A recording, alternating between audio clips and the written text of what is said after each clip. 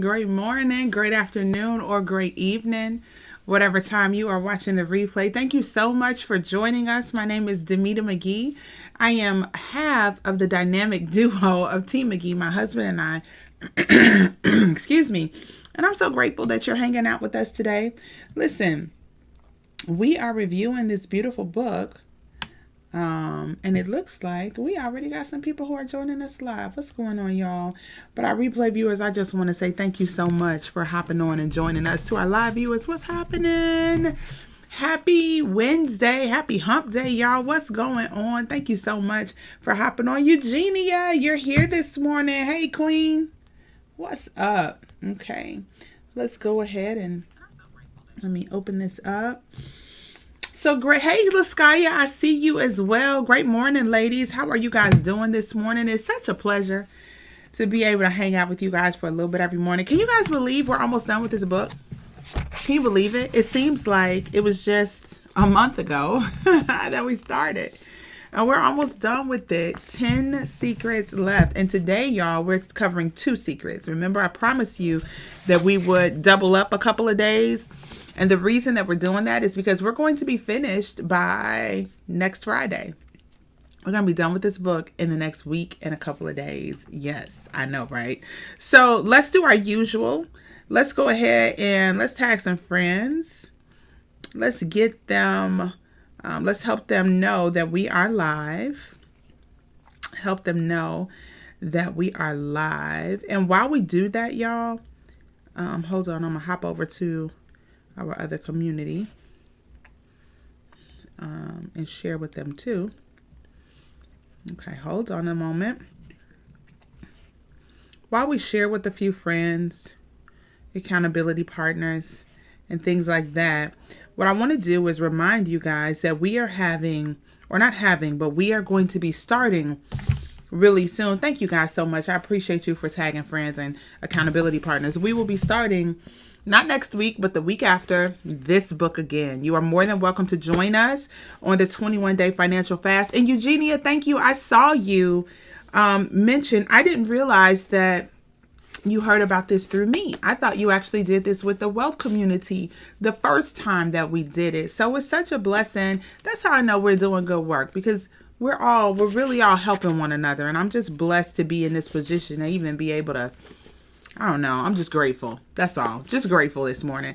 So in a week and a half, well, almost 2 weeks, the very first full weekend of July. And I was thinking about this, you guys, instead of starting on July the 5th, I know what it's like in my neighborhood on July the 4th. Some of y'all are not going to get to bed until 1 or 2 in the morning, because that's what time the fireworks start or stop.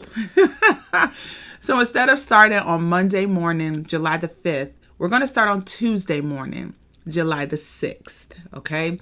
So you guys, we're going to start this book here, the 21-day financial fast with Michelle Singletary, which is our path to financial peace and freedom. We're going to start this book together again on July the 6th.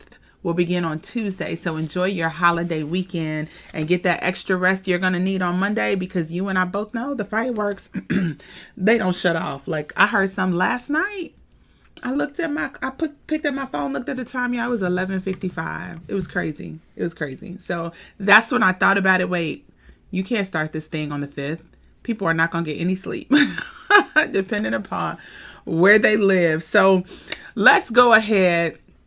Let's jump in. We're going to kick things off today with secret number 30. And then somewhere in the middle after our conversation, we're going to go ahead and switch also to secret number 31. All right. So let's start with secret 30. So welcome to secret number 30 of Business Secrets from the Bible, y'all. Welcome, welcome, welcome. Let's go ahead. Let's dig in. This secret specifically, and I like this one, is you can best attract that which you understand. It's such a practical secret, but it's one of those things I believe can go over our heads. And I believe in a lot of cases it has. And so this is going to be a good, powerful one this morning. Great morning, Ann. What's up, sis? All right, y'all. So let's go ahead and pray. And let's jump right in. So thank you so much, Heavenly Father, for allowing us to be a part of another day. God, we are just grateful this morning. We stop and we say thank you. Thank you for your goodness. Thank you for your mercy. Thank you for just everything. Thank you that you've already done stuff for us that we can do for ourselves today on Wednesday. God, we understand that you are, because of you, we are. And so thank you, Father God, for just seeing fit to touch us, to pursue our spirits.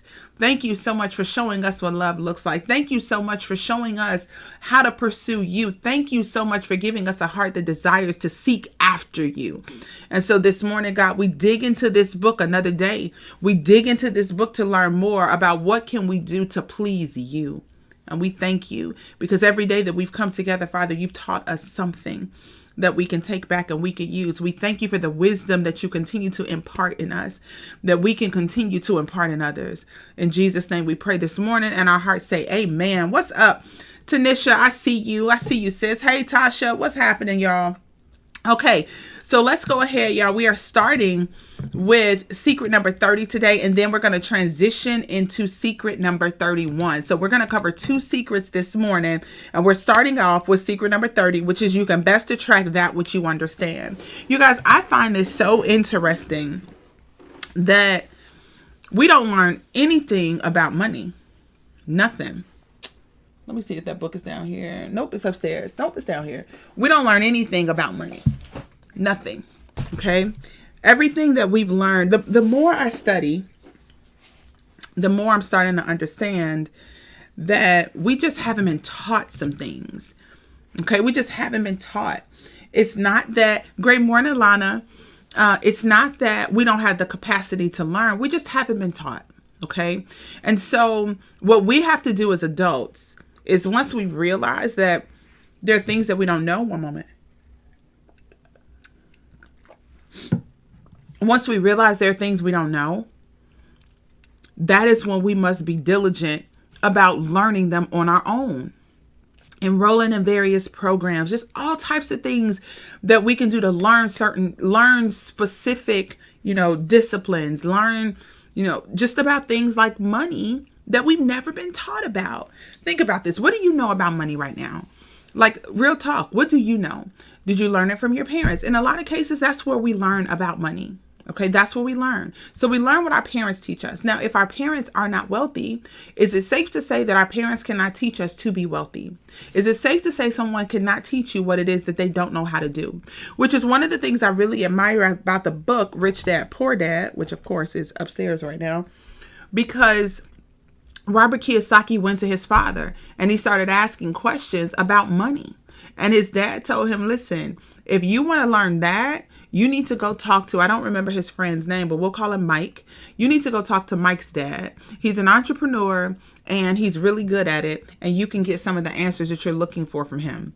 So Rich Dad, Poor Dad, if you've never read the book, his rich dad is his friend's father, Mike in our example, because I can't remember his name. And then his poor dad is his biological father. And what his dad, his biological father did that was so wise was he sent him to somebody who could teach him that which he didn't know. He sent him, get the heck out of here. I got it right, Eugenia. His name really is Mike. That's awesome. Okay. So I guess his name really is Mike in the book. So I guess that's where it came from. I didn't just pull it out of nowhere. So he sent him to Mike's father because that's where he knew he could learn more about wealth. He knew that he didn't understand it. But the reality is this, you guys, in our lives, how many people in our lives, how many of our parents, if we even asked about money, knew where to send us to learn about it? In a lot of cases, they didn't. I'm going to tell you exactly what my parents taught me, exactly what they taught me. My mom said to me to save something. That was it. Just save something. And put something aside for later. Now, that was a good beginning, but that's like literally one little piece of how money works, what you should be doing with it. That's one really, really tiny, small piece. And so a lot of us have no idea. So he talks about in this chapter that in order to understand something, in order to attract something, you need to understand it. And see, as business professionals and entrepreneurs who are really looking to attract more wealth and attract financial prosperity, the reality is this: You need to learn about it and understand it. And most people have no clue how money works. No idea how money works. Every day, every single day, I do a presentation. And in that presentation, we talk about how 95% of the population does the same thing when it comes to bringing money into their homes, when it comes to how they earn it. We're either self-employed or we work for someone. 95% of the population does that. But out of that 95%, we only hold 5% of the wealth in this country. Why is it that we only hold 5% of the wealth, but we comprise 95% of the working population? Why is that? That's crazy. But yet there's 5% who do things completely different, and they hold 95% of the wealth. You guys see how much of a disparity that is? That's huge. 5% of people do things different, hold 95% of the wealth. Now, for a long time, I can be completely honest with you guys and say, I just thought it wasn't something that my family could acquire. I didn't think my family could acquire wealth because I had no clue how the haves had it and the have-nots did not. I didn't even understand. I didn't know if it was just a system we were born into, even though we live in America. I didn't know, right? I did not know. And I didn't know where to go to find the information. That's the other part. I didn't even know where to go to find it. So if we were talking about Demita a few years ago, Demita would not have even been able to direct her children like Robert Kiyosaki's dad did. I would not have even been able to direct my children on where to go. So it's safe to say a lot of our parents honestly did not know where to direct us. They did not freaking know. Okay? And so Eugenia said, I'm helping with my mom's needs now. She lives with me because she didn't have a plan for retirement other than working until the end. My dad worked up until he passed at 79. And that is the story for a lot of us, a lot of people. That's the story for a lot of us, you guys. A lot of us. A lot of our parents, their parents, our grandparents, and honestly, a lot of us right now. I feel so blessed and grateful that I started asking God, like, what do I need to do? How in the world does money work? I'm so grateful for that. You know why I'm grateful for that? Asking those questions to who I knew could help me, right? I know God could point me in the right direction. I just had to be diligent and keep looking and keep studying. And then when my husband became curious about cryptocurrency and Forex, it was something that was on our radar. Because we were looking for opportunities to grow income and grow money. Literally like a seed planted in the ground and you grow a crop or you grow some type of tree. You grow some type of plant. That's exactly what we do with our money now. It's like a seed planted in the ground and we grow more of it. Wow, that's powerful. I think I just spoke to myself, y'all. But had I not been curious a couple of years ago and like asking God, what in the world do we do? Like, I'm confused. I don't know what to do. If it weren't for that, then when my husband became curious, I wouldn't have been open enough to start looking at some things. And then we wouldn't be on this financial journey that we're on now, where we're literally growing money. We're growing it like a field of trees. We're just growing money and harvesting it. That's dope. You know what I mean? And we've never been in that situation before. I didn't even understand it. So what he's talking about here in this chapter, in secret number 30, he says, a firm understanding of money will benefit us as a business professional because it is imperative that we understand that which we seek. This is true of all things, not just money. How many times, y'all, have we wanted, we've sought counsel from someone, okay, only to find out you have no idea what you're talking about. If you want to learn how to market your business well, you need to go to somebody that's good at marketing, not somebody who's just read about marketing. Somebody that's actually good in it. Okay.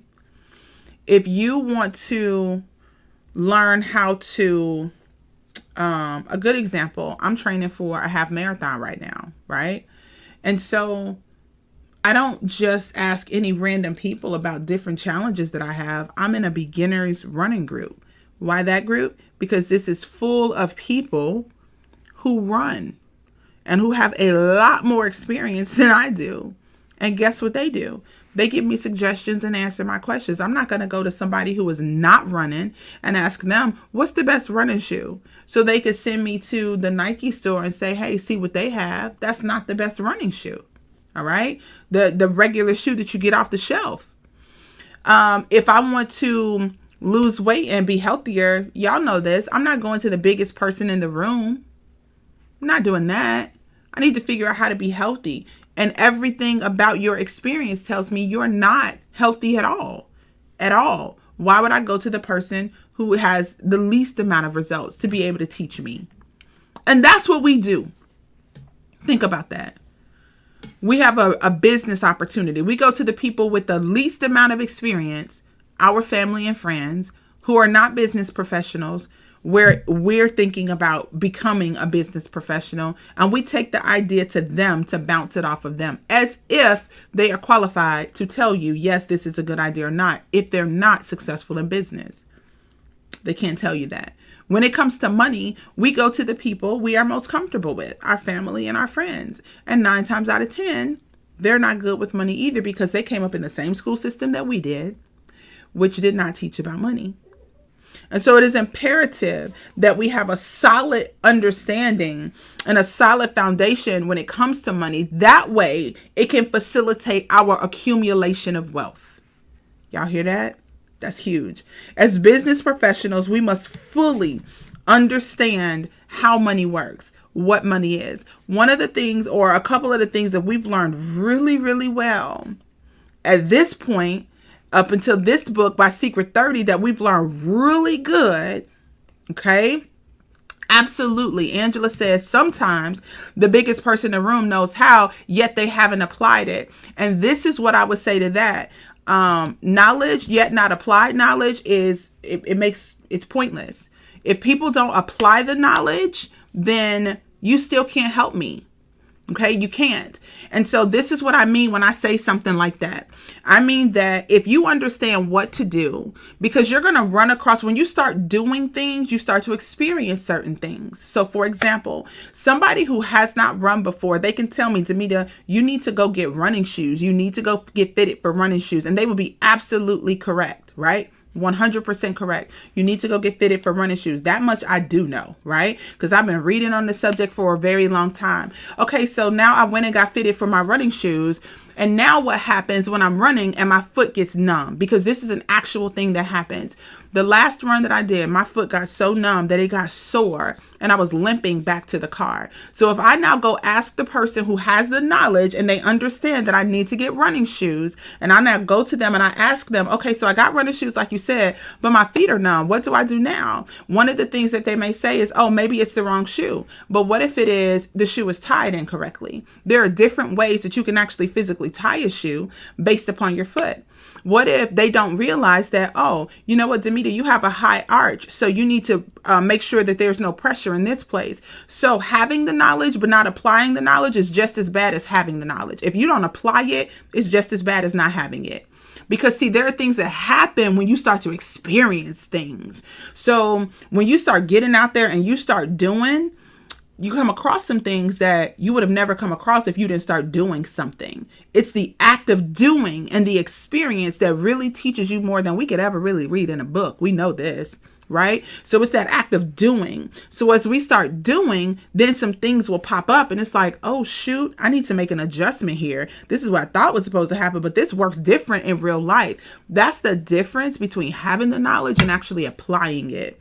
So yes, in some cases, having the knowledge is good. But when it comes to money, no, you need somebody that's applied that bad boy. And because they're going to be able to say, listen, a great example would be how we analyze the market.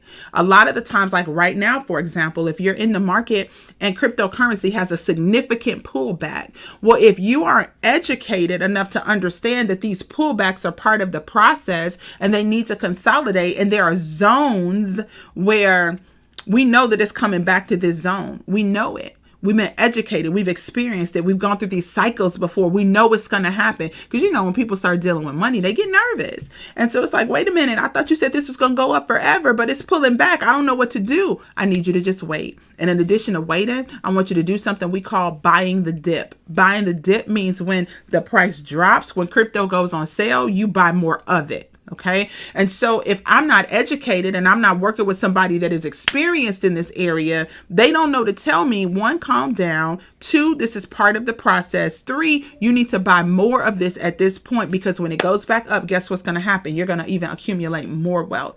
That is why that applied part is so important. Okay. So one of the things that he talks about here is that he says, you know what? Earning money. Oh, I digress. How money works. I digress.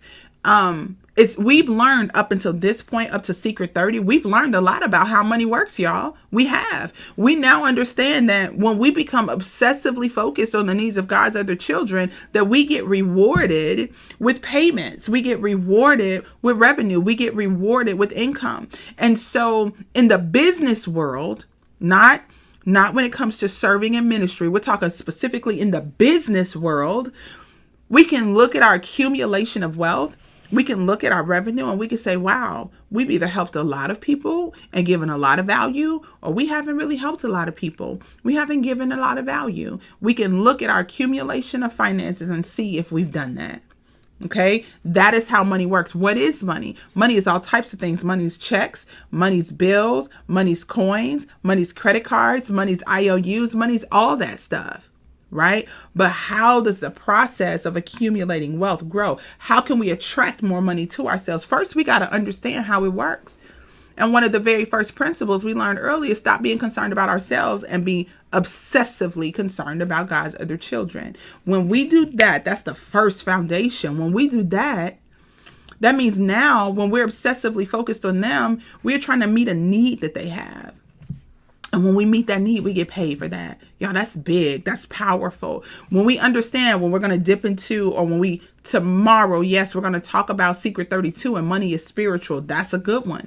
When we start understanding those things, we understand how money works. And now we understand truly how to attract it to ourselves. Think of money as your ticket to the elite club. I like the way he says this, to which only those who understand the value of subservience belong. A lot of people hear that word and they're like, what? Subservience? I'm nobody's servant. But when you serve God's children effectively in the business world as an entrepreneur, you receive the reward of payment. So when you can come from the angle of servitude, right? When we can humbly come from that perspective, our checks grow. Okay. He said, when you participate in the economy, you get to take part in this incredibly wonderful club of human beings who are happy to serve each other. Right. To serve each other's. Dollar bills, credit cards, check. They're simply checks. They're simply tokens to keep track of who has served whom. The more you serve, the more tokens you collect. And the more people want to serve you. Money is a representation. It is proof of performance. It shows others that you care enough to serve other people. Money is just one metric, but y'all, it's a powerful metric. It's a powerful metric.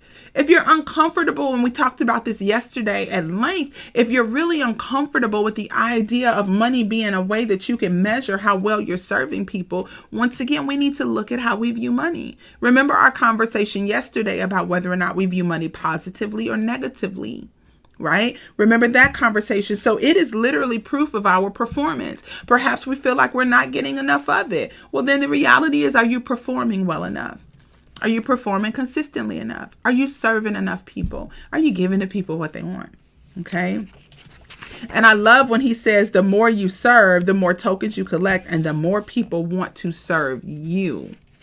I love that. The more you serve, the more people want to serve you. We all understand the law and the principle of sowing and reaping. And I remember seeing this.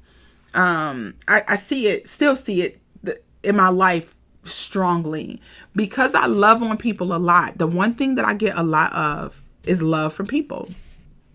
It's the concept of sowing. I've been sowing love and encouragement into people for years. And so guess what I get? An abundance of love and encouragement from people. Think about something in your own life. Like literally think about something in your own life that you do a lot of. It could be you do a lot of loving on people. You could be the person that calls people. Like you don't text people, you call them and you check on them. You may be the person that everybody's birthday, you are ensuring it is celebrated. You may be the person that sends the card. You may be the person that posts the message on Facebook. You may be the person that, sends money to everybody on their birthday. You may be the person that calls them and makes sure they feel loved on for their day. Like think about that. Now, if that is you, I want you to think about your birthday. 9 times out of 10, you get a ton of phone calls, a ton of them. People constantly pouring into you for your birthday. 9 times out of 10, you get loved on a lot on your birthday. You know why? Because you've sown that into other people so many times. Think about how if someone is having a bad day or they're having a bad whatever, you're the person that calls and checks on them. You're the person that swings by, grabs Starbucks and drops it off for them. You're the person that cooks a meal for them and takes it over to their house. You're the person that if somebody is, if let's just say a loved one is in the hospital, you're taking care of the one that's at home. You're that person. Think about how many times you've done that. Now think about when you have trying times. Think about how people try to love on you. It literally is the principle, y'all, of sowing and reaping constantly, sowing and reaping. And so when he says this, when he says the more you serve, the more people serve you, it is literally the principle of sowing and reaping constantly, right? He says that any dollar given to you voluntarily, no matter the physical form, is a certificate of performance and validation for a job well done. This is whether it is business. This is whether I think about my son. When he just graduated from 8th grade. This dude accumulated so much money. It amazed me. Neighbors came to our house and gave him money. I was like, what? We had another neighbor from down the street just come this past weekend and give him a card. I was like, really? Wow. Because it was validation of a job well done, right? And so one of the things that he points out in this chapter, and I thought this was just such a powerful way to end this. I remember this from the first time I read it, and I had forgotten about it. So when I got to it in the book this time, I was like, oh, I forgot about that story. He talks about how does money, like, where does it come from? Y'all, this is so good. I love this. So he tells this.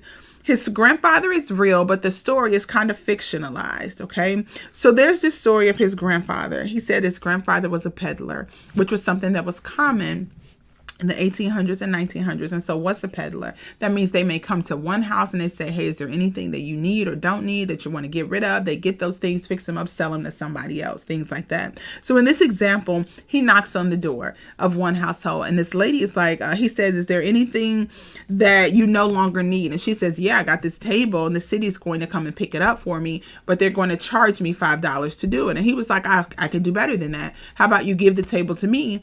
And instead of charging you $5, I'll give you $5. Like, I'll pay you $5 for the table. And she's like, that's even better. Sure, here's the table. So he pays her $5. She gives him the table, right? Transaction 1 done. He literally just created $5 in their community. This is how money helps serve the community. So he creates $5 and of revenue and he gives it to her. She wasn't waiting for it, anticipating it. She was expecting to spend. So she just came up $5. So now he takes his table. He goes to the hardware store. He spends $1. At the hardware store, he buys some varnish, a couple of things to fix the table up, make it nice and pretty. And then he goes off to another house. And at this other house, there's a family, and he was like, hey, is there anything that you guys need? Is there anything you need to get rid of? He was like, well, I don't need anything, but my son is getting married and they need furniture. He was like, hey, I got a table. And he said, well, let's check out the table. So the son who is getting married and his either fiance or newlywed wife says, let's take a look. They take a look. They like it. They said, we were actually going to go to the furniture store and buy a table for $20, but this will work as a great starter table. And he says, great, I'll do you one even better. I won't charge you $20. I'll charge you $10. So they pay him $10 for the table. They get the table. And now just like that, I want you to think about this. Now he created $5 with the first family. right? With the lady who was going to have to spend $5, he pays her $5, so she comes up $5. And then this couple, they get to save $10 because they bought the table from him for $10 instead of him actually going out and spending $20. So that's $15 now that he has either generated or saved in this community, which is amazing, right? And just like that, the newlyweds are better off because they've saved $10. And now the lady who originally owned the table, I want you to think of it this way. She was going to spend $5, but instead of spending $5, she earned $5. So she's actually up $10. She was going to be $5 out of her pocket, but no, she saved that $5, so that's $5. And then she received $5, so she's up $10. You guys see that? Just like that, he's created $20 in the community. Just like that. And then when he went to the hardware store and he spent $1, that was another $1 that he created in the community because he spent it. So in this one example, he has created $21 in his community. And so he has served his community and created some type of economic activity in his community. And he himself is up $4. How is he up $4? Because he spent $5 to pay for the table, and then he spent $1 to fix it up. That's $6. And then the young couple paid him $10. So he's also up $4. This is how money is created. This is how it's generated. This is how it moves throughout our community. So now the question becomes, how can you do that, right? So that's how money is created.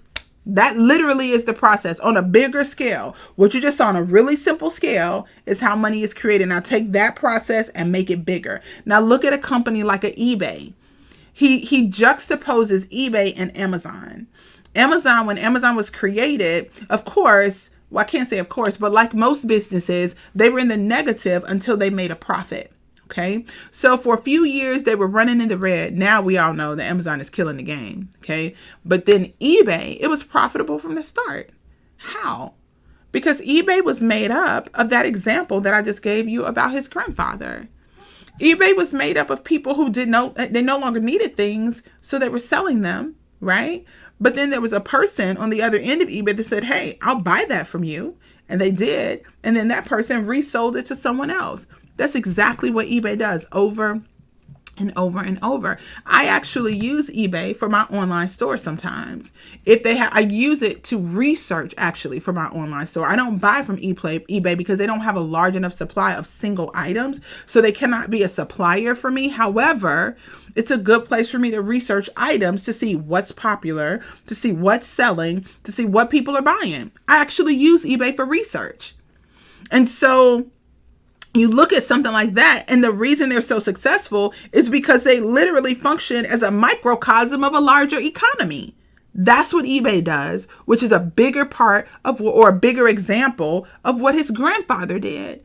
All of those are examples of exactly what's happening in our larger economy. People are going, they're buying, they're constantly selling. This is how money is created. So you look on a very simple level. If this is how money is created, how can I apply that to my life? How can I do that? That is the question. Okay.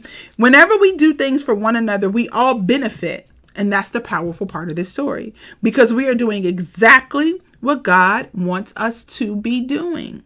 God never promised me I would be rich, but he did create a world where we would be obsessively preoccupied with fulfilling one another's desires and needs. He wants us to be totally focused on serving one another.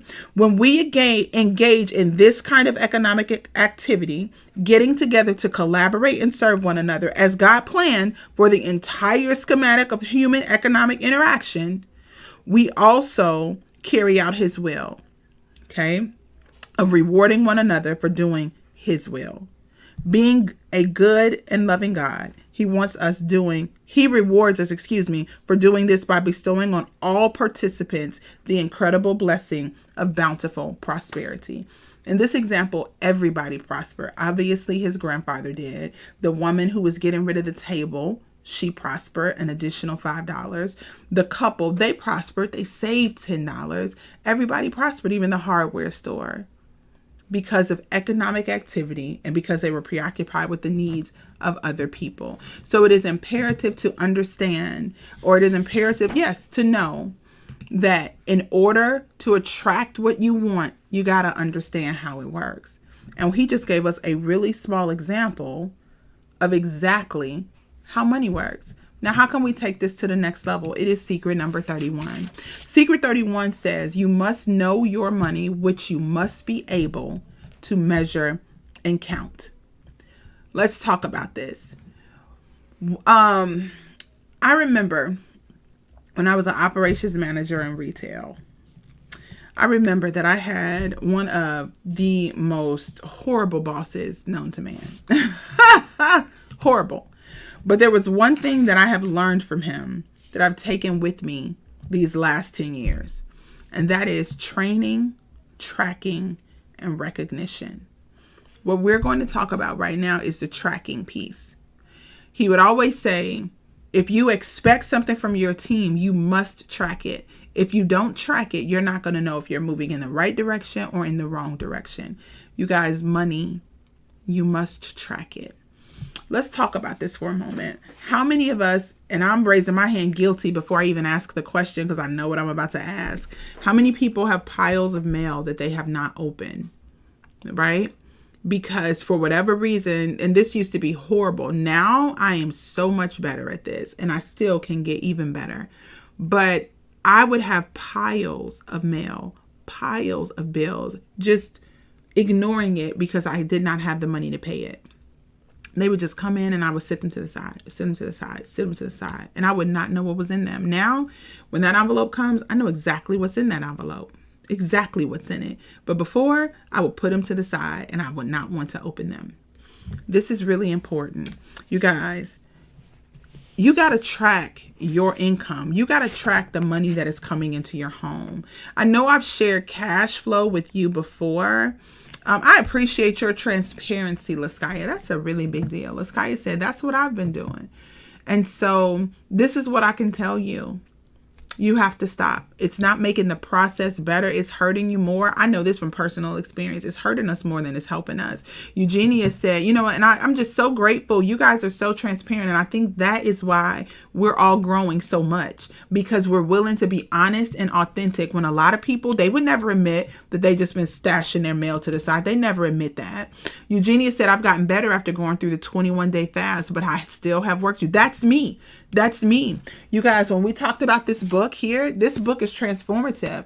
It tells us we got to go through some things. That's what this book does. And just like Eugenia, this is when I got better. When we did this financial fast, that's when I got better. You can't have piles of mail ignoring bills or piles of mail ignoring creditors. That's not how you fix the problem. And it's still there. And it's still in the back of your mind. And it's still weighing on your mind. It's still there. And so when it comes to money, the reality is, you guys, you got to track it. Think about it in terms of losing weight. This is an easy example because we all understand it. That how would we lose weight if we didn't have a scale? How could we stay motivated? Like when that 1 pound comes off, or if you have a scale like mine, I got a Weight Watcher scale. And so it does fractions of pounds. So it might say 108.6, 108.4. So if you lose them 0.2 pounds, you're like, yes, positive direction. I'm still excited, right? And so what would we do if we didn't have that? That 0.2 on that scale, 0.2 that I lost, that's encouraging. That's very encouraging. And remember, you got to track it. Absolutely. Somebody said, can you show me the book again so I can screenshot? I got you. Hold on. Here we go. This is our next book, y'all. Let me see if I can put it up there well. There we go. That's it right there. 5 seconds, 4 seconds, 3 seconds, 2 seconds, and 1. All right. Perfect. Perfect, perfect, perfect. Yes, that's the next one we're doing together, Lana. I got you. Okay, so you must track things. Like, you have to. And so when it comes to money, you have to track it. Now, for a lot of us, tracking money doesn't seem exciting. Like, if he uses a really great example, and it's true, $200, you get the immediate gratification when you spend $200 of the new shoes, when you spend $200 of the new purse, the new handbag, maybe the new outfit. Like, you get that immediate gratification, and it just feels really good, right? So when it comes, you got this rush of endorphins, and oh my God, the shoes just feel so good on your feet. They're so comfortable. Like, you get all of that. But now you take that same $200 and you put it away in savings. That's not as exciting. You don't really feel a lot there. There's no immediate gratification, right? Now, if you put that 200 in crypto, you might get some immediate gratification, because if that bad boy goes up in the next 24 hours and that 200 turns into 210, you're like, hold up. Now that, my friends, crypto gives you some immediate gratification, but your regular savings account, not so much. When you put $200 in the bank, it just doesn't feel the same. It's when you buy that $200 pair of shoes. So what can you do in order to get some type of savings and make it a little, or not savings, but to track it and make it a little more exciting? What can you do? The way that you make it a little more exciting is by tracking it. You track it. Because see, maybe the first month, that $200 that you put in the bank is not exciting. But when you add another 50 the next month, you're like, okay. And then the following month, you got a little extra, so you add 150. You're like, okay, my 200 is quickly turned to 400 in 3 months. I'm really happy. Okay. Now, the other thing about it that I love that he points out in this book, because I'm biased, 100% biased, and I'm not going to lie to y'all, I'm biased. And what he says is, you don't need to save it and forget it. Okay. Remember, I told you my parents taught me to save something. That's what my mother taught me. Save something to me, to just save something. Right. He says you don't have to save it and forget about it. Save it and invest it. Put that money to work for you. Yes. Now, some of you guys have seen this before. Let me see if I can find it. I don't think I deleted them from my phone or deleted them from here. Oh, I know where I can share it with you. I got something I can share with you now. Hold on a second. Hold on. I got to find it. Okay, here we go. I've shared this with you guys before, but I'm going to share it again.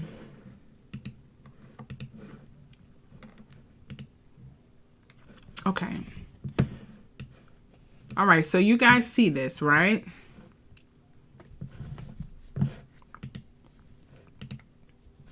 All right. There we go. All right. So you guys see this slide. What we are looking at is cash flow. Okay. This is the cash flow pattern of a poor person, a middle class person, and a rich person. They're very, very different. Very different. So the best way to look at this is a poor person. What they do, this is what their cash flow looks like. They have their income comes in from their job and it goes right out to expenses. Okay. Now, what I want you to notice on here, this is really important. When I talk about tracking, this is really important. So you have your income statement at the top that talks about how much money you have coming in and expenses you have going out. Then you have your balance sheet at the bottom. Your balance sheet is where you have your assets and your liabilities. Okay. So your assets bring money into your home. Liabilities take money out. Oversimplified definition. However, it does the job. Where did I get this information from? The book Rich Dad, Poor Dad by Robert Kiyosaki. Okay. So you can find this exact drawing in his book, this exact diagram. So assets, remember, bring money, put money in your pocket. Liabilities, remember, take money out of your pocket. Well, guess what? On a poor person's cash flow, this is what you're looking at, their cash flow. There's nothing on that balance sheet. Everything just stays in the income statement. So they have their job that brings money in. However, they have money coming in, and it's all going out through expenses. So you have things like taxes, rent, food, transportation, and clothes. That's normal. Now what happens is when we elevate, it may be that we get a better job. It may be that we get a degree, we get educated. So we transition into the middle class. But guess what? The middle class income statement, really honestly, it doesn't look better. It looks different, but it doesn't put the middle class in a better position than a poor person is. Let me explain. Because see, when we're in middle class, now we start to acquire liabilities. Those liabilities are things that like a mortgage, because we've been taught that we should own a home. We've been taught that our home is our biggest asset. You guys, that is not true. Your home is a liability if all it's doing is taking money out of your pocket. Now, if you have real estate and rental income, that's different. That's putting money in your pocket. But if the only home you have is the one you live in that's taking money out, you need to make sure you put it in the right bucket, in the right column. It's a liability and it's taking money out of your pocket. In addition to that, now we got car loans because we've decided to go out and buy a car. We have credit card debt. And if you're anything like me, you got student loans too. And they're all liabilities. They're all taking money out of your pocket. And this is the crazy thing about these liabilities, y'all. They are big. They take the majority of the money out of our pockets. So liabilities are typically more expensive than our expenses are. So you got your money coming in from your job, right? And that money goes straight to your liabilities first because they're big expenses. And then it goes out through our expenses. So we're spending money on liabilities, but we still have expenses, just like someone who has a poor cash flow. All right. Now, there's a cash flow pattern of a wealthy person, and it looks completely different. You guys, they take their money and they put as much of it as they can in assets. This is where a mortgage is a liability, but real estate is an asset. Why is real estate an asset? Because it puts money in your pocket. You may have rental income, but whatever the case is, you're getting money from it. You may be leasing property. It may be a business that you're leasing property to. You may have stocks, as you see here. You may have bonds. You may even have cryptocurrency. That's an asset. It's a newer asset class that also puts money in your pocket. You may have intellectual property. What do I mean when I say intellectual property? I've written books, okay? I wrote my first book, not done with the second one at all. I put it on pause, but I've written my first book. People still purchase that book. That's intellectual property. I've created master classes that people can actually purchase. That's intellectual property. It does the work for me. It comes from my mind and we get it on paper, on the computer. And guess what happens? People purchase it. That's intellectual property. I've done it already. I don't have to redo it. It's done. Now, all it does is it works for me. It's an asset.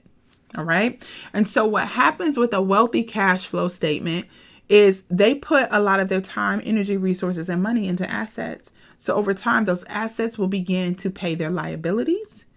They will begin to pay their expenses. And guess what else it does? It also pays them. When you have enough assets, when you become asset rich, and it can take care of all three of the other boxes for you, that's when you put yourself in a really good position. So when he says you don't need to save it and forget it, but you can save it and you can invest it. Put your money to work for you. Put your money in assets. Okay. Hopefully that makes sense, y'all. That's something that's just really important to me. It's really powerful and people need to understand how that works. Money, as we've already established, it's the lifeblood of our business. Honestly, for a lot of us, it's the lifeblood for our lives, for our well-being. We need it. It touches like every area of our life. So it's imperative that we count it. It's imperative that we take stock of it. It's imperative that just like losing weight without a scale is practically impossible because you can't monitor what's happening. Trying to accumulate wealth without counting your money, without having the right tools, without having the right education about it, the right know-how, it's almost futile. A lot of us just don't understand how money works. And that's at no fault of your own. We weren't taught. But guess what? Now it's time to learn. Now it's time to truly start learning how money works. And I'm going to be honest with y'all. That book, Rich Dad, Poor Dad, oh my God, that's such a great place to start to understand the subtitle of that book. What rich people teach their children that the poor and middle class do not. That book, oh my God, that book. It is such a great place to start. I am studying it again. I told you that those graphics that I just showed you came from that book because I'm studying it again. It's such a great place to start understanding how money works and then studying things like this. Okay, so we can get the scriptural meaning of how money works, practical and scriptural. We really need them both. Okay, so he says, I urge you to take time to learn how to read and interpret your financial statements, things like I just showed you. Where is your money going when it comes in your house? Y'all listen, real talk. My husband and I earned over 6 figures, but you could not tell from our bank account. You could not. That's a problem. because we didn't understand what to do with the money when it came in our home. We thought we were doing the right things, but we realized we were always short. Now, you want to tell me how you can earn six figures and still not have enough? Because you don't know what you're doing. That's how. You don't understand where your money is supposed to go. You don't understand what you're supposed to do with it. There's no reason we should not be asset rich right now. Over the last 10 years that we've been just funneling money in and out of our home. Okay. But as we're learning better, guess what we're doing? We are doing better. Okay. This is really important. And we're closing out with this. We're just about done. He says, maybe you are saying to yourself that you're not really a numbers person. He says, well, to that I say, choose to be. You can be any type of person you want to be. I remember my very first network marketing company when I was like 23. No, older, 25. It was Mary Kay. All right. And this is what happened. I told my leader, I'm just not good with money. And I remember her looking at me like, what? I remember her looking at me, face completely contorted, saying, what? And she said, well, you need to be. Stop telling yourself that so you can be, right? It didn't hit me when she really said it. I was just like, in my mind, I'm thinking, well, I'm just not. So there's really nothing I can do about it. That is how I felt. I felt like I'm just not good with money. There's absolutely nothing I can do about it. I could not have been further. That couldn't have been further from the truth. I could not have been more wrong, more incorrect, but it was a self-fulfilling prophecy. So guess what? Over the next 10 years, I just got worse. It was a self-fulfilling prophecy because I told myself I wasn't. So I just got worse at it. I didn't even try. The reality is this. You can be whatever it is you want to be. You can be whoever you want to be. You want to be good with money? Be good with money. Start today. Start learning today. This is what I understand the power of compounding. Over the last 12 months, you guys, I am a completely different person when it comes to money. Completely different. And I shudder to think how much better I'm going to be 12 months from now. And then 5 years from now. And then 10 years from now. It's going to be ridiculous how much better I am going to be because every single day, I work on increasing my knowledge of how money works. Every day. Not one day and then miss. Nope. Every single day. I'm putting in the time and the effort. So what does that mean? That means that my life has no choice but to bend to my will because I'm putting in the effort and the work. God is rewarding me for that. Okay. So all you got to do is put in the work. You start with what we're doing right now. You start with this. And then you do what? You go to this. And then you start reading other books like this so you can understand how the banking industry works. And then you just keep Rich Dad, Poor Dad. You keep listening to the podcast. You tune into a wealth community. Listen, you cannot say that you want to build wealth and everybody around you is seriously struggling. You need to incorporate some people who are killing the game, like they're wealthy. You need to incorporate them into your circle. You need to get a wealth community around you to support you and push you to be greater. Because if everybody around you is struggling, they're not pushing you to be your greatest because you're doing better than them. That is part of the problem. You need to challenge yourself by getting around people who are outdoing you, who outthink you. Get around thinking that outthinks you. Get around people that are killing the game and force you to level up. Because if you don't, if you are the ace in your circle, my friend, you need a whole new circle because nobody is challenging you to be better. Nobody. And that's a problem. That's a problem. He says, so you may not be a numbers person today, but that doesn't mean that you can't be tomorrow. It's just a matter of learning simple math, good monitoring habits, and a little knowledge of financial statements and instruments. You can be an expert in basic finances in no time, and you will feel and be much more in control of your money and your business affairs once you have committed to understanding how to count your money properly. You guys, it's time out for accepting that we don't have enough. Like, you don't have to be in a position where you don't have enough or you don't have abundance. You don't have to be in that position. Like, you don't have to. At this point, if we stay there, it's because we choose to. And I get it. It's hard work learning how to be wealthy. It's hard work learning how to grow your finances. It's hard work getting out of your comfort zone and doing all those things. It's hard work starting a side hustle. It's hard work starting a network marketing company. It's hard work starting a business from the ground up, from scratch, getting incorporated, getting licensed, getting tax ID. It's hard work. All that stuff is hard. But guess what? Being broke is hard too. It's not like one's harder, one's not hard, and the other is. They're both hard. You get to pick which hard you want to endure. You get to pick. And I'm going to be honest with you. I pick the hard work that helps me get wealthy. That's what I pick. And so what can you do?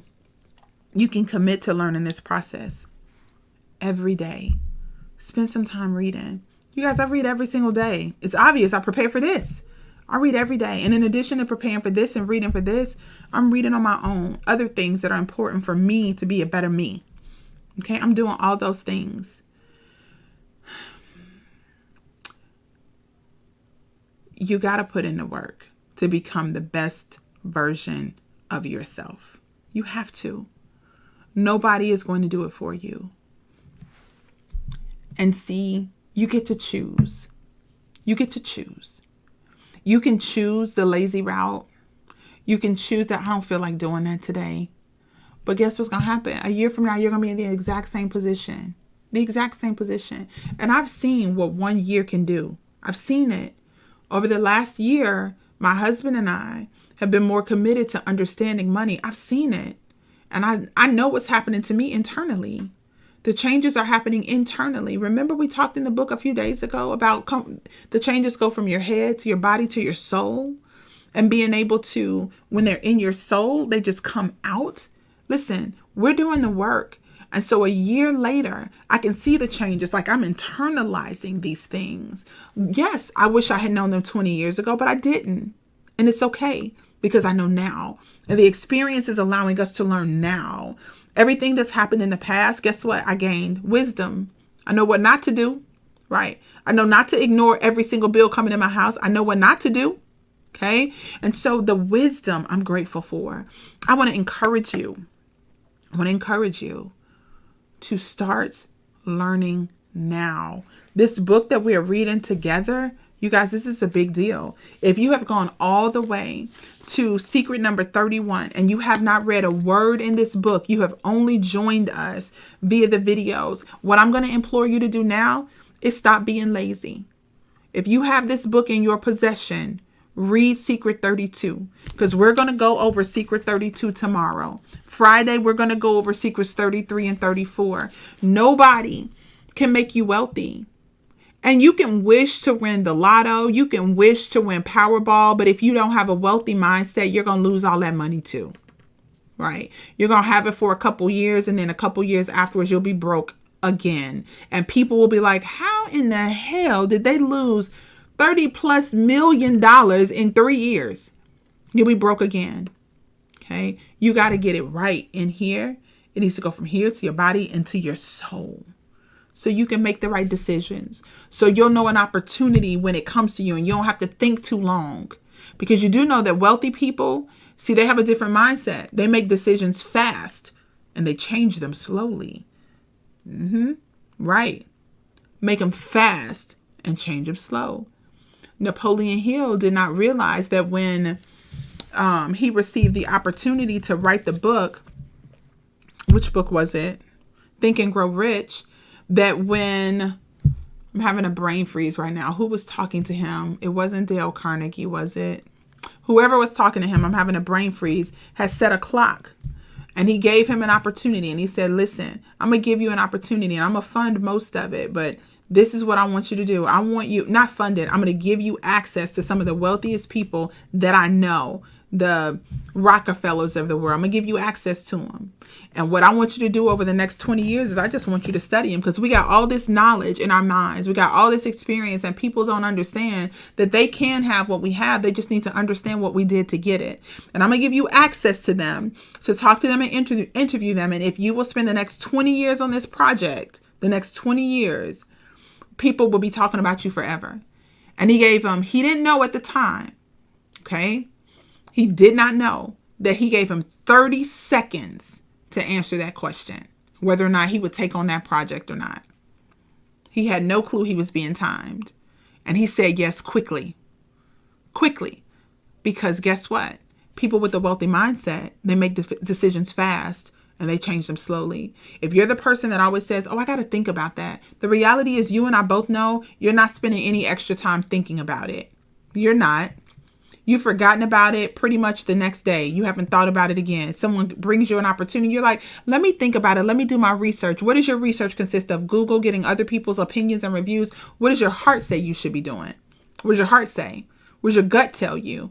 What does God say? See, when my husband came to me, and this is a true story, you guys, when my husband came to me and he said, Demita, I want to learn more about Forex. I want to learn how this works, because he had seen someone who we knew personally had never made money the way he was making money. And the way he was just blatantly showing off the money he was making, it almost confused us. And Wayne was like, wait a minute, I need to understand how this works.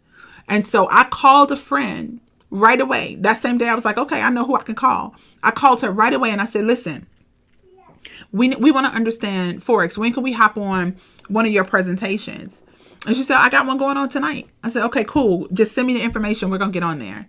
And now what I did not have to do when I saw that information, what I didn't have to do was say, I need to think about it. What I didn't have to do was say, I need to pray about it. I didn't have to do any of those things. You know why? I had already been praying.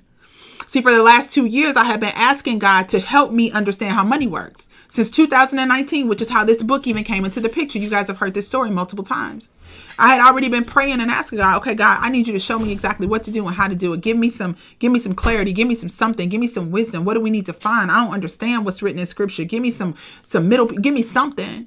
And so when we saw that, I didn't need to pray about it anymore. Guess what I understood? I immediately understood that was the next piece of the puzzle. I have to go back and pray some more. I didn't need to do that. When I saw it, I was like, this fits what we're already learning, what I'm already asking for. I looked at my husband. I was like, babe, I did not know that that's what this was. Let's do it. And we got started immediately. And so what you have to do is commit to the process of learning. And that's what we've done. We've committed to the process of learning. The process started 2 years ago with this very book. And for the last year, we've really dug in. And so a year from now can be completely different than today, y'all. And I just want to encourage you to go out there and start doing it. Start learning. Stop procrastinating. That is not going to help you. It is only going to hurt you. And what's going to happen, somebody that's on here is hearing what I'm saying and they're going to do it. Somebody that's watching this replay is going to do it. They're going to actually say, I'm ready to learn how money works. And they're going to start digging in. They're going to start doing the work. They're going to start really like looking at this, and their book's going to look like my book. Their book is going to look like mine, full of all kinds of writing and notes. Their book's going to look like mine, or even more written up because of all the research that they're doing. They're going to have stacks and stacks of books, just reading and acquiring more and more knowledge and information. They're going to get into a wealth community that's going to challenge them. They're going to start hanging around the people that make a hell of a lot less than them. They're going to stop being the one that's just the ace in their community, and now the ace amongst their friends. And they're going to get around people that are aces, that are outthinking them, that make more money than them. They're going to push themselves outside of their comfort zone. They're going to start doing things like creating a dream wall in their house that has their dream house on it, that has their dream car on it, that has their dream island, has all the things that they want. They're going to do all those things. They're about to do all those things. And there are multiple people on here. Multiple people will look at this. And what's going to happen is you are going to be the person. One of you guys is not going to do it. And then a year from now, you're going to see somebody else who was on here and you're going to see them winning. And it's going to confuse you. Like, what are they doing that's so different? And the difference is they took the time over the next 12 months to dig in and get educated and be committed to the process and committed to the journey. Understanding that it's a full journey. It's a full process. Like 12 months from now, you will not have arrived. Like you don't arrive. You don't arrive. Like you never just arrive. You don't. You're constantly on the journey. And they're going to just accept that, accept the journey, and stop freaking procrastinating. And their life's going to look different. So different. And I really wish that for every single person that's watching this now live, every single person that's looking at the replay, like that is what I wish for you, right? But you got to want it for yourself better than you want your current circumstances. You do. And so you guys have an amazing, wonderful, absolutely just incredible hump day. beautiful Wednesday. If you are in the Chicagoland area, let me tell y'all, we're going to be out tonight. Me and my wealth community, me and my squad. I'm excited. And so you are welcome to be my guest. If you're free this evening at 6, 7 o'clock tonight, let me know. And then I can share some information with you where you can come hang out with us for a little bit. You can. Okay. Zero pressure. But I'm telling you right now, how a community changes everything. If it were not for our community, I don't even know if I would be as dialed in as I am. I'm grateful. Have an amazing day. I'll see you guys later. Bye-bye.